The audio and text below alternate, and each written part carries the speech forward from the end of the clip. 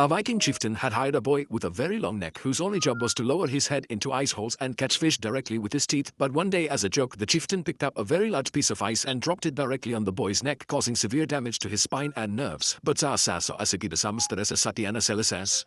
The chieftain laughed and walked away, but the boy knew he had to take revenge. That very night, he went to the frozen lake and cut out a large piece of ice, and then, using his neck for support, he lifted it off the ground. He took it to the chieftain's room. He positioned himself right above the chief's head and dropped the piece of ice. An emperor had hired a boy with very large cheeks whose only job was to blow cool air over the emperor during the scorching summer days. But one day, as a joke, the emperor sneaked up behind him and stuck a sewing needle directly into his cheek, causing it to burst like a balloon. The emperor started laughing loudly. Then he threw the needle down and left. That same night, the boy stitched his cheek back with that needle. Then he stole every sewing needle he could find. The next morning, he went to the sweating emperor on his throne and puffed up his cheeks to the fullest. The emperor smiled and leaned forward in anticipation of cool air, but instead, the boy released bees from his mouth.